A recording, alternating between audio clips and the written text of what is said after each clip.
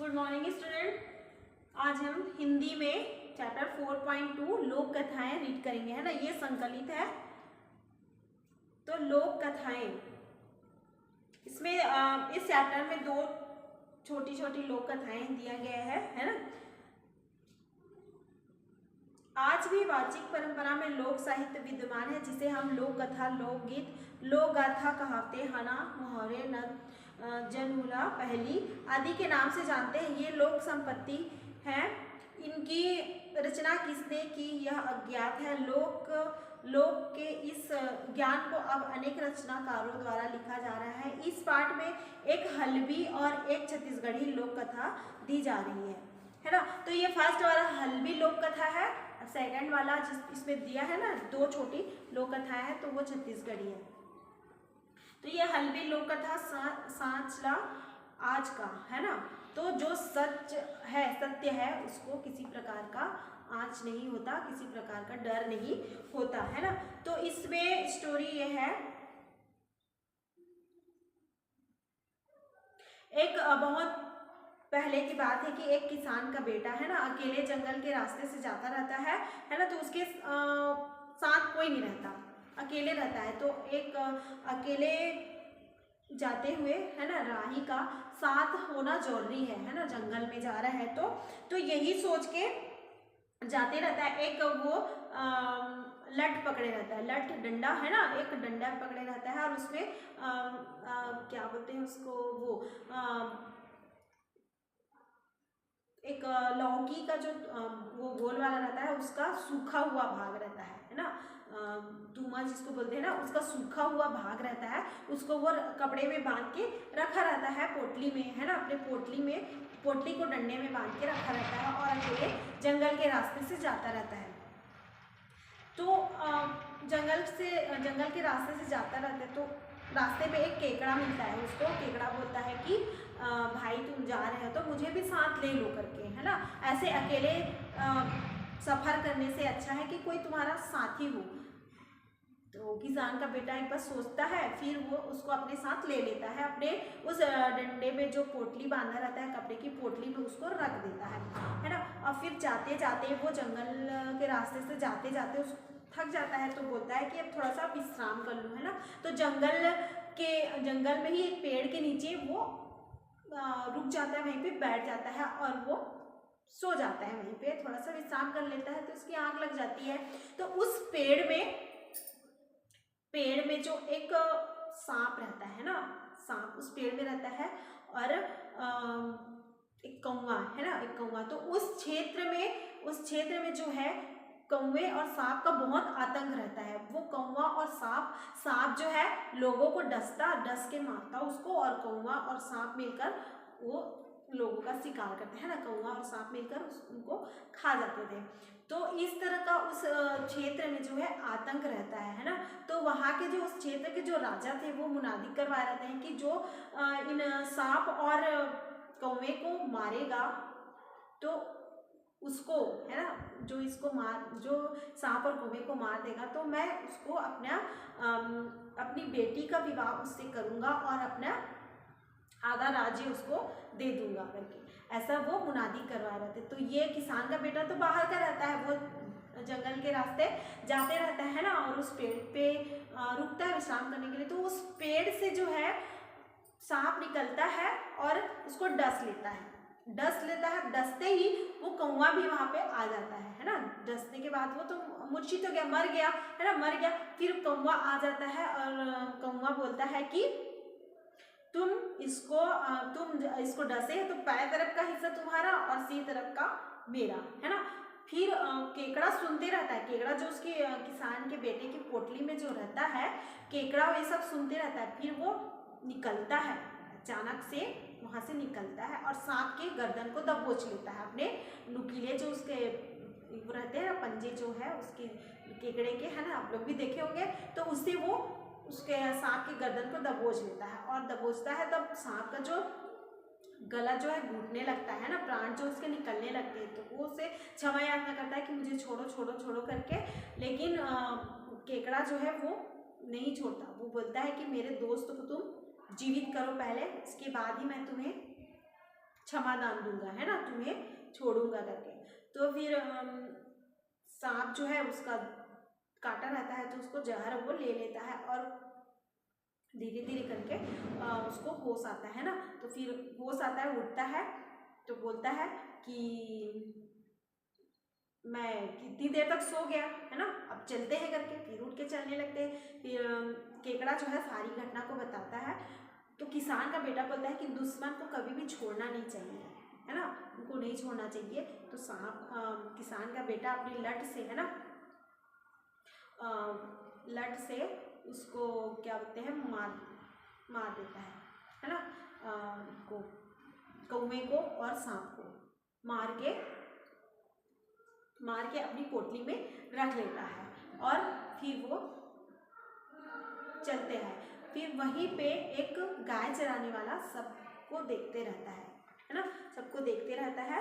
फिर धुरई, उसका नाम धुरई रहता है। तो वो धुरई चरवाहा जो है सब देखते रहता है। तो जैसे ही वो किसान का बेटा एक जगह रुकता है पानी वानी पीने के लिए, तो धुरई जो है उस कौवे को और सांप को उसकी पोटली से निकाल के वो रख लेता है ना, सांप को और कौवे को, है ना, रख लेता है अपने पास, क्योंकि वो तो उसी क्षेत्र का रहता है। तो राजा जो मुनादी करवाए रहते हैं तो उसको पता रहता है कि जो सांप और कौवे को मार के लाएगा उसकी राजा की बेटी का विवाह उससे कराया जाएगा।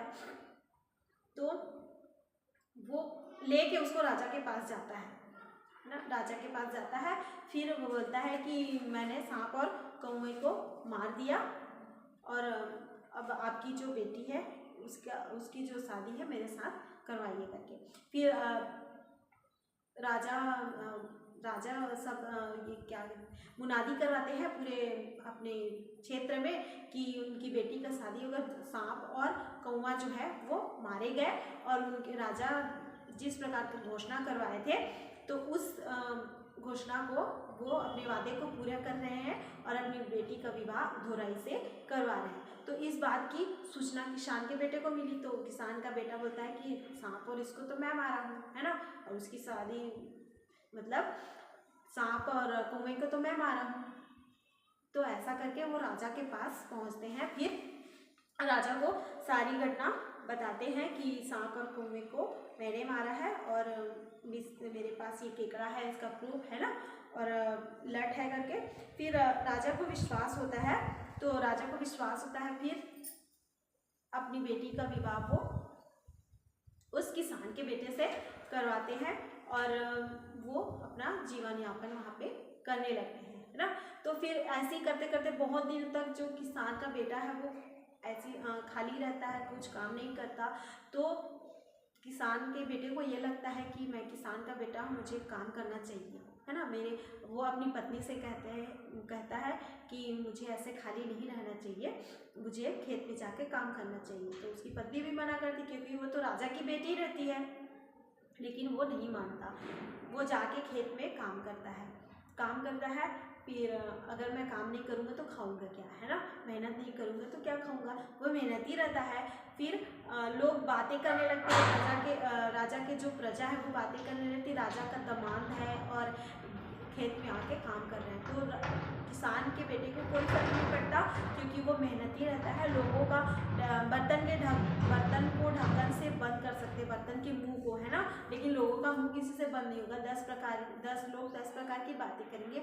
ये सोचकर वो खेत में काम करने लग जाता है, किसी की बात को नहीं सुनता, है ना। खेत में काम करते करते वो काम करना लग जाता है और राजा जो है इस बात की सूचना राजा को मिलती है। तो राजा अपने दामाद को बुलाते हैं और दामाद से पूछते हैं कि आप खेत में काम क्यों कर रहे हैं, आप राजा के दामाद हो, आपका आधा राज्य, मेरा जो आधा राज्य है वो आपका है ना। मैंने अपने वादे के मुताबिक जितना राज्य देने का वादा किया था वो मैं दे दिया।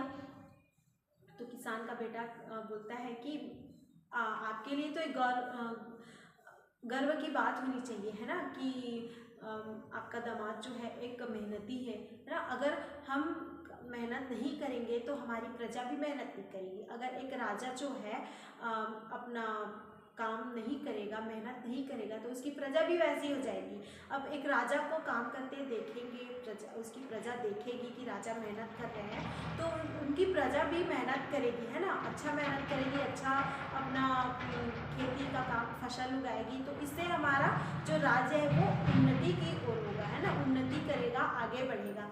तो ये जो सोच है उसकी, ये राजा को बहुत ही प्रभावित करती है और राजा से प्रभावित होकर राजा को ये लगता है कि मैं उसको दामाद के रूप में एक सच्चा इंसान जो मिला है ना, सच्चा इंसान मिला है और मेहनती इंसान मिला है ना, न कि वो राजा के धन दहेज में अपना ऐशो आराम से दिन चलाने वाला, बल्कि वो मेहनती है, मेहनतकश है ना। तो इससे राजा जो है खुश होता है और अपना ये घोषणा करवा देता है कि मेरा जो उत्तराधिकारी होगा ये मेरा दामाद बनेगा, है ना। तो इस प्रकार ये जो कहानी है, लोक कथा है हल्बी, है ना।